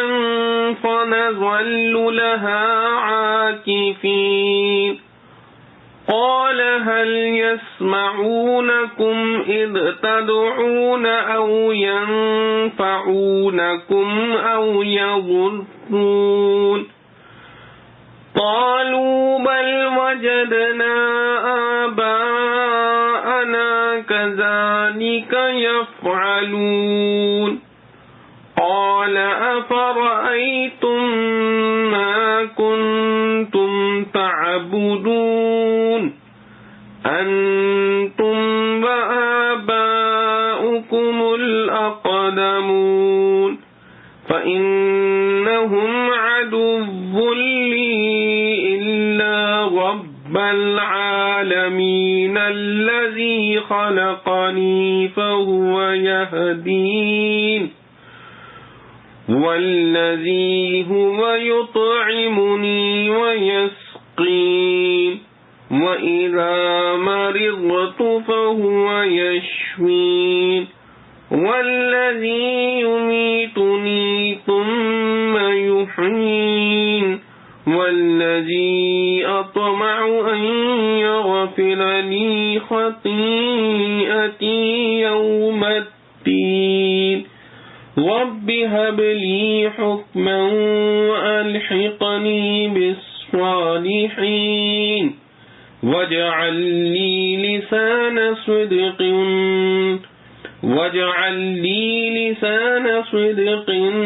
في الآخرين واجعلني من ورثة جنة النعيم واغفر لأبي إنه كان من الضالين ولا تخزني يوم يبعثون يوم لا ينفع مال ولا بنون إلا من أتى الله بقلب سليم وأزلفت الجنة للمتقين وبرزت الجحيم للغاوين وقيل لهم أين ما كنتم تعبدون من دون الله هل ينصرونكم أو ينتصرون فكبكبوا فيها هم الغامون وجنود إبليس أجمعون قالوا وهم فيها يختصمون تالله إن كنا لفي ضلال مبين إذ نسويكم برب العالمين وما أضلنا إلا المجرمون فما لنا من شافعين ولا صديق حميم فلو أن لنا كرة فنكون من المؤمنين إن في ذلك لآية وما كان أكثرهم مؤمنين وإن ربك لهو العزيز الرحيم. اور سنا دے ان کو خبر ابراہیم کی جب کہا اپنے باپ کو اور اس کی قوم کو تم کس کو پوجتے ہو؟ وہ بولے ہم پوجتے ہیں مورتوں کو، پھر سارے دن انہی کے پاس لگے بیٹھے رہتے ہیں۔ کہا کچھ سنتے ہیں تمہارا کہا جب تم پکارتے ہو، یا کچھ بھلا کرتے ہیں تمہارا یا برا؟ بولے نہیں، پر ہم نے پایا اپنے باپ دادوں کو یہی کام کرتے۔ کہا بھلا دیکھتے ہو جن کو پوچھتے رہے ہو تم اور تمہارے باپ دادے اگلے، سو وہ میرے غنیم ہیں، مگر جہاں کا رب جس نے مجھ کو بنایا سو وہی مجھ کو راہ دکھلاتا ہے، اور وہ جو مجھ کو کھلاتا ہے اور پلاتا ہے، اور جب میں بیمار ہوں تو وہی شفا دیتا ہے، اور وہ جو مجھ کو مارے گا اور پھر جلائے گا، اور وہ جو مجھ کو توقع ہے کہ بخشے میری تقصیر انصاف کے دن۔ اے میرے رب دے مجھ کو حکم اور ملا مجھ کو نیکوں میں، اور رکھ میرا بول سچا پچھلوں میں، اور کر مجھ کو وارثوں میں نعمت کے باغ کے، اور معاف کر میرے باپ کو وہ تھا راہ بھولے ہووں میں، اور رسوا نہ کر مجھ کو جس دن سب جی کر اٹھیں، جس دن نہ کام آئے کوئی مال اور نہ بیٹے، مگر جو کوئی اللہ کے پاس لے کر دل چنگا، اور پاس لائیں بہشت کو واسطے ڈر والوں کے، اور نکالیں دوزخ کو سامنے بے راہوں کے، اور کہیں ان کو کہاں ہیں جن کو تم پوجتے تھے اللہ کے سوائے؟ کیا کچھ مدد کرتے ہیں تمہاری یا بدلہ لے سکتے ہیں؟ پھر اوندھے ڈالیں اس میں ان کو اور سب بے راہوں کو، اور ابلیس کے لشکر کو سبھوں کو۔ کہیں گے جب وہ وہاں باہم جھگڑنے لگیں، قسم اللہ کی ہم تھے سری غلطی میں، جب ہم تم کو برابر کرتے تھے پروردگار عالم کے، اور ہم کو راہ سے بہکایا 100 ان گنہگاروں نے، پھر کوئی نہیں ہماری سفارش کرنے والے اور نہ کوئی دوست محبت کرنے والے، سو کسی طرح ہم کو پھر جانا ملے تو ہم ہوں ایمان والوں میں۔ اس بات میں نشانی ہے اور بہت لوگ ان میں نہیں ماننے والے، اور تیرا رب وہی ہے زبردست رحم والا۔ خلاصہ تفسیر،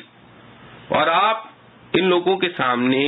ابراہیم علیہ السلام کا قصہ بیان کیجئے تاکہ ان کو شرک کی مذمت کے دلائل معلوم ہوں، خصوص ابراہیم علیہ السلام سے منقول ہو کر، کیونکہ یہ مشرکین عرب اپنے کو ملت ابراہیمیہ پر بتلاتے ہیں، اور وہ قصہ اس وقت ہوا تھا جب کہ انہوں نے اپنے باپ سے اور اپنی قوم سے جو کہ بت پرست تھی فرمایا کہ تم کس واہیات چیز کی عبادت کیا کرتے ہو؟ انہوں نے کہا ہم بتوں کی عبادت کیا کرتے ہیں اور ہم انہی کی عبادت پر جمے بیٹھے رہتے ہیں۔ ابراہیم علیہ السلام نے فرمایا کہ یہ تمہاری سنتے ہیں جب تم ان کو اپنی عرض حاجت کی وقت پکارا کرتے ہو، یا تم جو ان کی عبادت کرتے ہو تو کیا یہ تم کو کچھ نفع پہنچاتے ہیں؟ یا اگر تم ان کی عبادت ترک کر دو تو کیا یہ تم کو کچھ ضرر پہنچا سکتے ہیں؟ یعنی استحقاق الوہیت کے لیے علم اور قدرت کاملہ تو ضروری ہے۔ ان لوگوں نے کہا نہیں، یہ بات تو نہیں ہے کہ یہ کچھ سنتے ہوں یا نفع و ضرر پہنچا سکتے ہوں، اور ان کی عبادت کرنے کی یہ وجہ نہیں، بلکہ ہم نے اپنے بڑوں کو اسی طرح کرتے دیکھا ہے، اس لیے ہم بھی وہی کرتے ہیں۔ ابراہیم علیہ السلام نے فرمایا کہ بھلا تم نے ان کی حالت کو غور سے دیکھا بھی جن کی تم عبادت کیا کرتے ہو، تم بھی اور تمہارے پرانے بڑے بھی، کہ یہ معبودین میرے یعنی تمہارے لیے باعث ضرر ہیں، یعنی اگر ان کی عبادت کی جاوے خواہ نعوذ باللہ میں کروں یا تم کرو تو بجز ضرر کے اور کوئی نتیجہ نہیں، مگر ہاں رب العالمین ایسا ہے کہ وہ اپنے عابدین کا دوست ہے اور اس کی عبادت سر تا سر نافع ہے، جس نے مجھ کو اور اسی طرح سب کو پیدا کیا، پھر وہی مجھ کو میری مصلحتوں سے میری مصلحتوں تک رہنمائی کرتا ہے، یعنی عقل و فہم دیتا ہے، جس سے نفع و ضرر کو سمجھتا ہوں، اور جو مجھ کو کھلاتا پلاتا ہے، اور جب میں بیمار ہو جاتا ہوں جس کے بعد شفا ہو جاتی ہے تو وہی مجھ کو شفا دیتا ہے، اور جو مجھ کو وقت پر موت دے گا، پھر قیامت کے روز مجھ کو زندہ کرے گا، اور جس سے مجھ کو یہ امید ہے کہ میری غلط کاری کو قیامت کے روز معاف کر دے گا۔ یہ تمام تر صفات اس لیے سنائیں کہ قوم کو خدا تعالی کی عبادت کی رغبت ہو۔ پھر صفات کمال بیان فرماتے فرماتے غلبہ حضور سے حق تعالی سے مناجات کرنے لگے کہ اے میرے پروردگار، مجھ کو حکمت یعنی جامعیت بین العلم والعمل میں زیادہ کمال عطا فرما، کیونکہ نفس حکمت تو وقت دعا کے بھی حاصل ہے، اور مراتب قرب میں مجھ کو اعلیٰ درجے کے نیک لوگوں کے ساتھ شامل فرما۔ مراد انبیاء علیہ السلام عالی شان ہے، اور میرا ذکر آئندہ آنے والوں میں جاری رکھ تاکہ میرے طریقے پر چلیں جس میں مجھ کو زیادہ ثواب ملے، اور مجھ کو جنت النعیم کے مستحقین میں سے کر، اور میرے باپ کو توفیق ایمان کی دے کر اس کی مغفرت فرما کے وہ گمراہ لوگوں میں ہے، اور جس روز سب زندہ ہو کر اٹھیں گے اس روز مجھ کو رسوا نہ کرنا۔ آگے اس دن کے بعد واقعات حائلہ کا بھی ذکر فرما دیا تاکہ قوم سنے اور ڈرے، یعنی وہ ایسا دن ہوگا جس دن میں کہ نجات کے لیے نہ مال کام آئے گا نہ اولاد، مگر ہاں اس کو نجات ہوگی جو اللہ کے پاس کفر و شرک سے پاک دل لے کر آئے گا، اور اس روز خدا ترسوں یعنی ایمان والوں کے لیے جنت نزدیک کر دی جاوے گی کہ اس کو دیکھیں اور یہ معلوم کر کے کہ ہم اس میں جاویں گے خوش ہوں، اور ان گمراہوں یعنی کافروں کے لیے دوزخ سامنے ظاہر کی جاوے گی کہ اس کو دیکھ کر غم زدہ ہوں کہ ہم اس میں جاویں گے، اور اس روز ان گمراہوں سے کہا جاوے گا کہ وہ معبود کہاں گئے جن کی تم خدا کے سوا عبادت کیا کرتے تھے؟ کیا اس وقت وہ تمہارا ساتھ دے سکتے ہیں؟ کیا اس وقت وہ تمہارا ساتھ دے سکتے ہیں یا اپنا ہی بچاؤ کر سکتے ہیں؟ پھر یہ کہہ کر وہ عابدین اور گمراہ اور ابلیس کا لشکر سب کے سب دوزخ میں اوندھے منہ ڈال دیے جاویں گے، بس وہ بت اور شیاطین نہ اپنے کو بچا سکے نہ اپنے عابدین کو۔ وہ کفار اس دوزخ میں گفتگو کرتے ہوئے ان معبودین سے کہیں گے کہ بخدا بے شک ہم سری گمراہی میں تھے جبکہ تم کو عبادت میں رب العالمین کے برابر کرتے تھے، اور ہم کو تو بس ان بڑے مجرموں نے جو کہ بانی ضلالت تھے گمراہ کیا، سو اب نہ کوئی ہمارا سفارشی ہے کہ چھوڑا لے اور نہ کوئی مخلص دوست کہ خالی دل سوزی ہی کر لے، سو کیا اچھا ہوتا کہ ہم کو دنیا میں پھر واپس جانا ملتا کہ ہم مسلمان ہو جاتے۔ یہاں تک ابراہیم علیہ السلام کی تقریر ہو گئی۔ آگے اللہ تعالیٰ کا ارشاد ہے کہ بے شک اس واقع مناظرہ ابراہیمیہ و نیز واقع قیامت میں بھی طالبان حق اور انجام اندیشوں کے لیے ایک عبرت ہے کہ مضامین مناظرہ میں غور کر کے توحید کا اعتقاد کریں اور واقعات قیامت سے ڈریں اور ایمان لاویں، اور باوجود اس کے ان مشرکین مکہ میں اکثر لوگ ایمان نہیں لاتے۔ بے شک آپ کا رب بڑا زبردست رحمت والا ہے کہ عذاب دے سکتا ہے مگر مہلت دے رکھی ہے۔ معارف و مسائل۔ قیامت تک انسانوں میں ذکر خیر رکھنے کی دعا۔ وَاجْعَلْ لِي لِسَانَ صِدْقٍ فِي الْآخِرِينَ۔ اس آیہ مبارکہ میں لسان سے مراد ذکر ہے اور لی کا لام نفع کے لیے ہے۔ آیت کے معنی یہ ہوئے کہ اے خدایا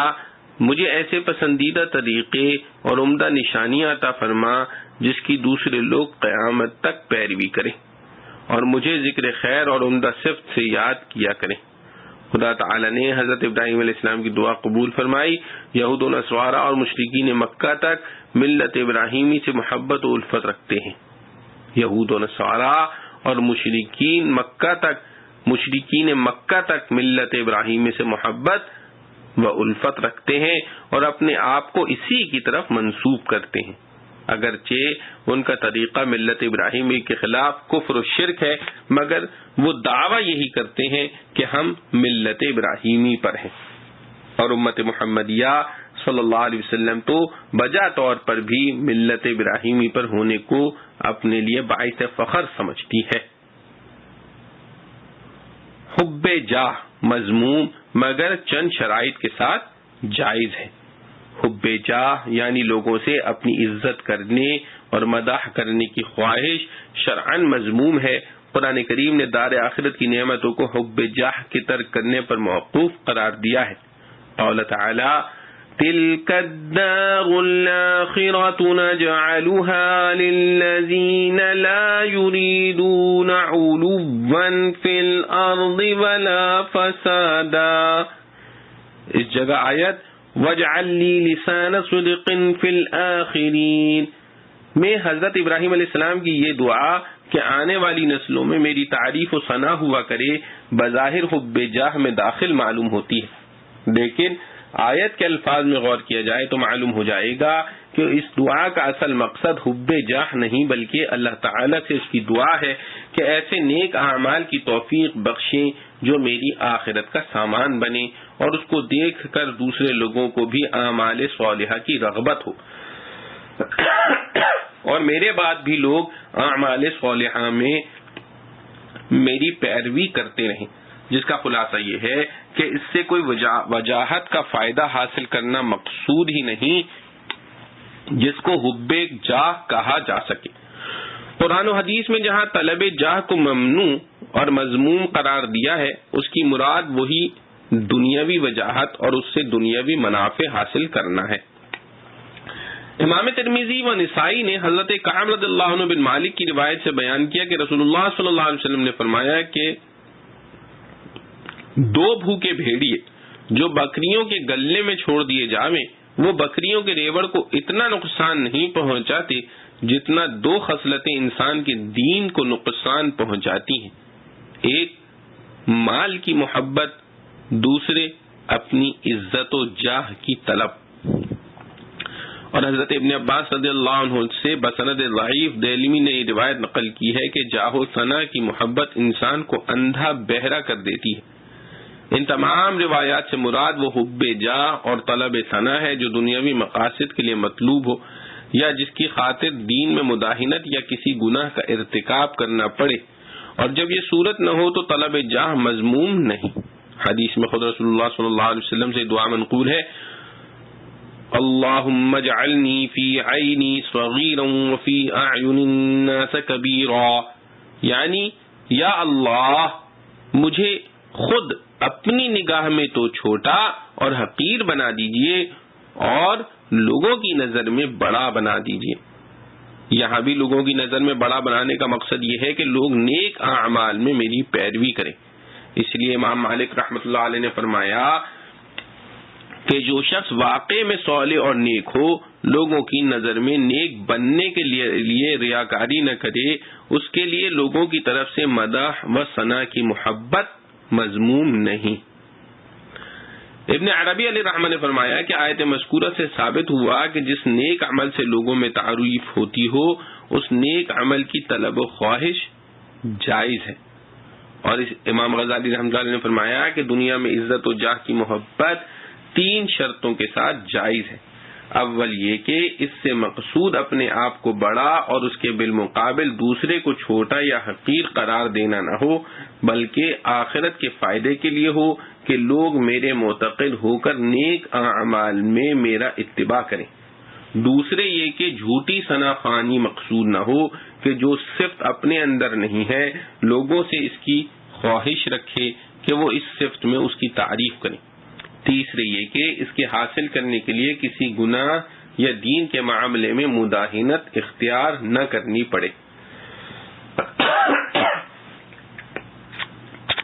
مشرکین کے لیے دعائے مغفرت جائز نہیں۔ وَغَفِرْ لِأَبِي إِنَّهُ كَانَ مِنَ الضَّالِّينَ۔ قرآن مجید کے اس فرمان کے بعد ما كان للنبي والذين آمنوا أن يستغفروا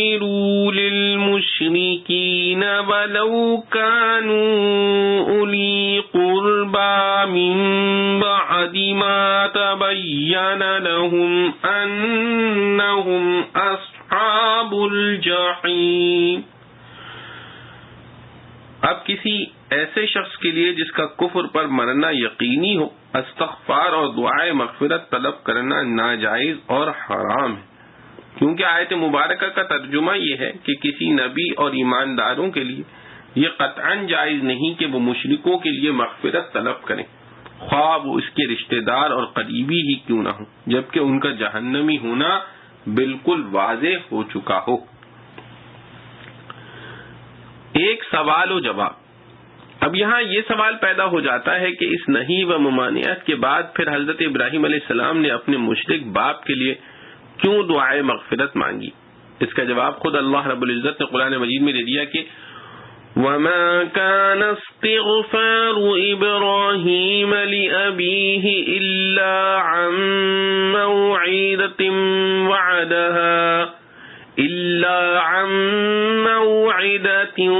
وَعَدَهَا إِيَّاهُ وَمَا كَانَ اسْتِغْفَارُ إِبْرَاهِيمَ لِأَبِيهِ إِلَّا عَن مَّوْعِدَةٍ وَعَدَهَا إِيَّاهُ فَلَمَّا تَبَيَّنَ لَهُ أَنَّهُ عَدُوٌّ لِّلَّهِ تَبَرَّأَ مِنْهُ إِنَّ إِبْرَاهِيمَ لَأَوَّاهٌ حَلِيمٌ.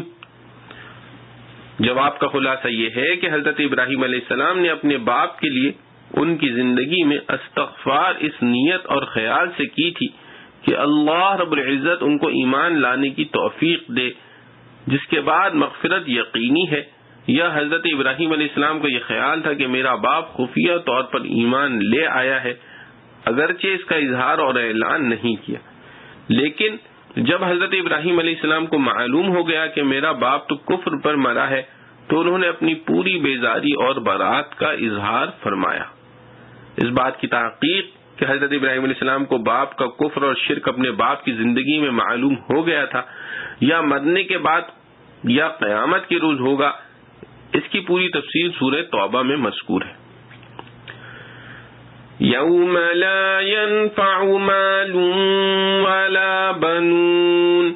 الا من اتى الله بقلب سلیم. یعنی قیامت کے اس دن میں جس میں نہ کوئی مال کسی کو فائدہ دے گا نہ اس کی نرینہ اولاد بجز اس شخص کے جو اللہ کے پاس قلب سلیم لے کر پہنچے.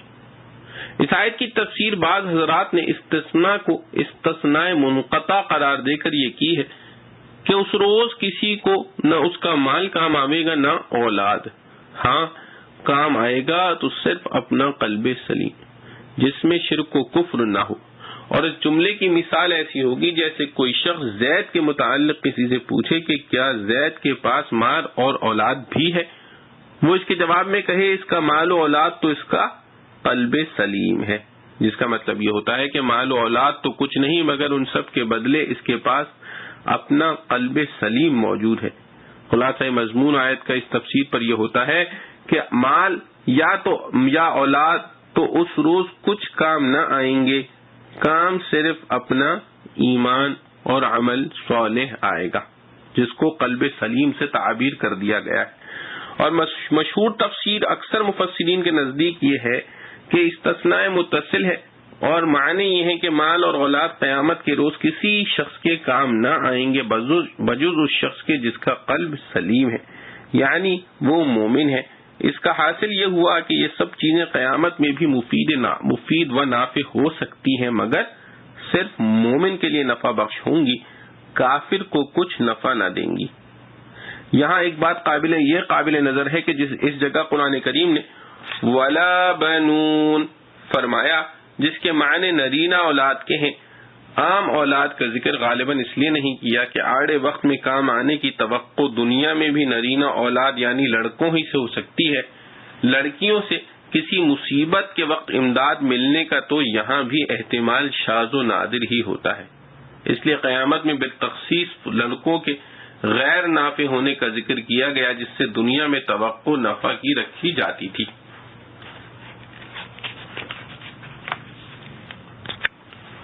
دوسری بات یہ ہے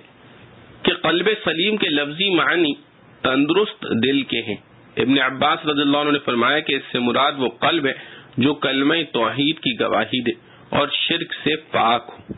یہی مضمون مجاہد، حسن بصری، سعید بن مسیب رحمۃ اللہ علیہما سے بعنوان مختلف منقول ہے. سعید بن مسیب رحمۃ اللہ علیہ نے فرمایا کہ تندرست دل صرف مومن کا ہو سکتا ہے، کافر کا دل بیمار ہوتا ہے، جیسا کہ قرآن کا ارشاد ہے فی قلوبہم مرض. مال و اولاد اور خاندانی تعلقات آخرت میں بھی بشرط ایمان نفع پہنچا سکتے ہیں. آیت مذکورہ کی مشہور تفسیر کے مطابق معلوم ہوا کہ انسان کا مال قیامت کے روز بھی اس کے کام آ سکتا ہے بشرط یہ کہ وہ مسلمان ہو. اس کی صورت یہ ہے کہ جس شخص نے دنیا میں اپنا مال اللہ کی راہ اور نیک کاموں میں خرچ کیا تھا یا کوئی صدقہ جاریہ کر کے چھوڑا تھا، اگر اس کا خاتمہ ایمان پر ہوا، محشر میں مومنین کی فہرست میں داخل ہوا، تو یہاں کا خرچ کیا ہوا مال اور صدقہ جاریہ کا ثواب اس کو میدان حشر اور میزان حساب میں بھی کام آئے گا. اور اگر یہ شخص مسلمان نہیں تھا یا خدا نخواستہ مرنے سے پہلے ایمان سے نکل گیا، تو اب دنیا میں کیا ہوا کوئی نیک عمل اس کے کام نہ آئے گا. اور اولاد کا بھی یہی معاملہ ہے کہ اگر یہ شخص مسلمان ہے تو آخرت میں بھی اس کو اولاد کا فائدہ پہنچ سکتا ہے، اس طرح سے کہ اس کے بعد اس کی اولاد اس کے لیے دعائے مغفرت کرے یا ایصال ثواب کرے. اس طرح بھی کہ اس نے اولاد کو نیک بنانے کی کوشش کی تھی، اس لیے ان کے نیک عمل کا ثواب اس کو بھی خود بخود ملتا رہا اور اس کے نامہ اعمال میں درج ہوتا رہا. اور اس طرح بھی کہ اولاد محشر میں اس کی شفاعت کر کے بخشوا لے، جیسا کہ بعض روایات حدیث میں اس کی شفاعت کرنا اور اس کا قبول ہونا ثابت ہے، خصوصاً نابالغ اولاد کا. اسی طرح اولاد کو ماں باپ سے بھی آخرت میں بشرط ایمان یہ نفع پہنچے گا کہ اگر یہ مسلمان ہوئے مگر ان کے اعمال صالحہ ماں باپ کے درجے کو نہیں پہنچے، تو اللہ تعالیٰ ان کے باپ دادا کی رعایت کر کے ان کو بھی اسی مقام بلند میں پہنچا دیں گے جو ان کے باپ دادا کا مقام ہے. قرآن کریم میں اس کی تصریح اس طرح مذکور ہے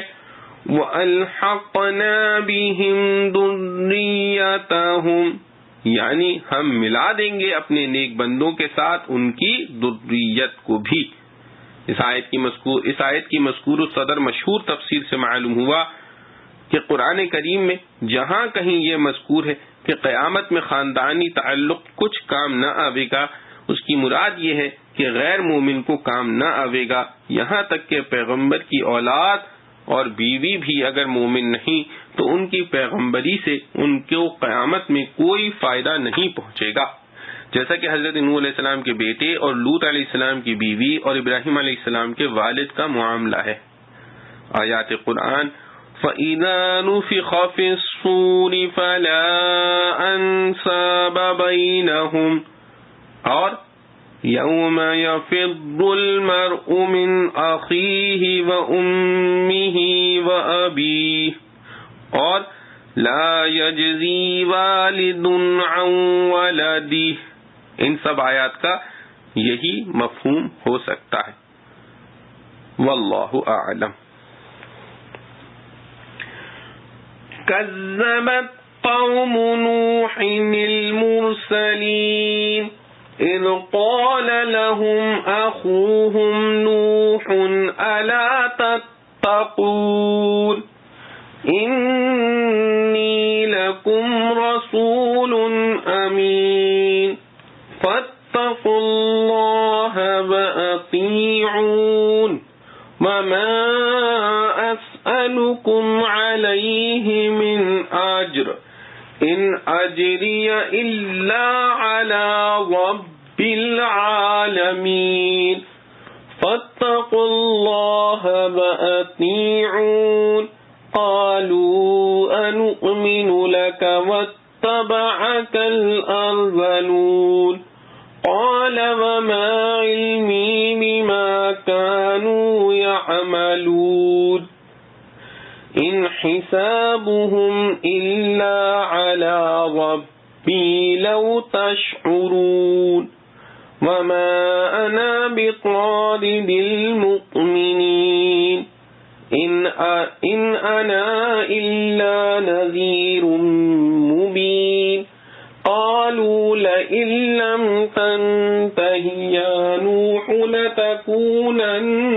من المرجومين قال رب إن قومي كذبون فافتح بيني وبينهم فتحا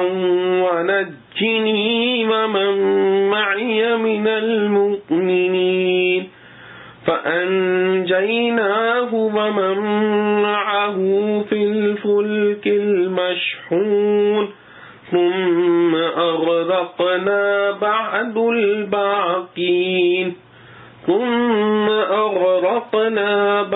الباقين إن في ذلك لآية وما كان أكثرهم مؤمنين وإن ربك لهو العزيز الرحيم. جھٹلایا نوح کی قوم نے پیغام لانے والوں کو جب کہا ان کو ان کے بھائی نوح نے کیا تم کو ڈر نہیں میں تمہارے واسطے پیغام لانے والا ہوں معتبر سو ڈرو اللہ سے اور میرا کہاں مانو اور مانگتا نہیں میں تم سے اس پر کچھ بدلہ میرا بدلہ ہے اسی پروردگار عالم پر سو ڈرو اللہ سے اور میرا کہاں مانو. بولے کیا ہم تجھ کو مان لیں اور تیرے ساتھ ہو رہے ہیں کمینے. کہا مجھ کو کیا جاننا ہے اس کا جو کام وہ کر رہے ہیں. ان کا حساب پوچھنا میرے رب کا ہی کام ہے اگر تم سمجھ رکھتے ہو اور میں ہانکنے والا نہیں ایمان لانے والوں کو میں تو بس یہی ڈر سنا دینے والا ہوں کھول کر. بولے اگر تو نہ چھوڑے گا اے نوح تو ضرور سنسار کر دیا جائے گا. کہا اے رب میری قوم نے تو مجھ کو جھٹلایا سو فیصلہ کر دے میرے ان کے بیچ میں کسی طرح کا فیصلہ اور بچا لے مجھ کو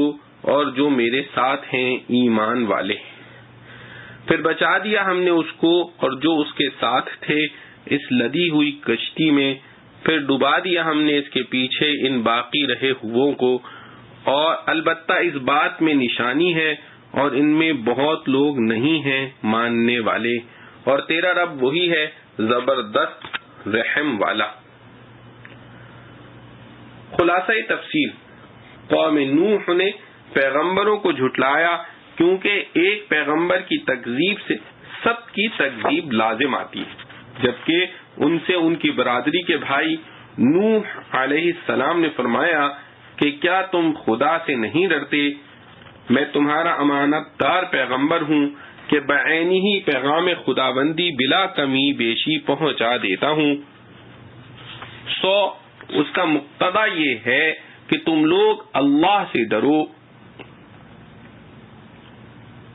اور میرا کہنا مانو اور نیز میں تم سے کوئی دنیاوی صلہ بھی نہیں مانگتا میرا صلہ تو بس رب العالمین کے ذمہ ہے. سو میری اس بے غرضی کا مقتضا بھی یہ ہے کہ تم اللہ سے ڈرو اور میرا کہنا مانو. وہ لوگ کہنے لگے کہ کیا ہم تم کو مانیں گے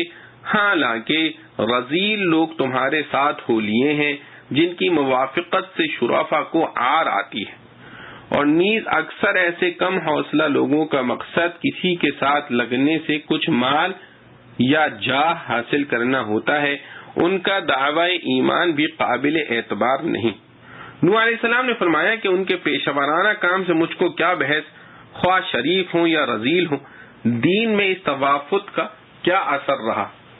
یہ احتمال کہ ان کا ایمان دل سے نہیں سو اس پر ان سے حساب و کتاب لینا بس خدا کا کام ہے.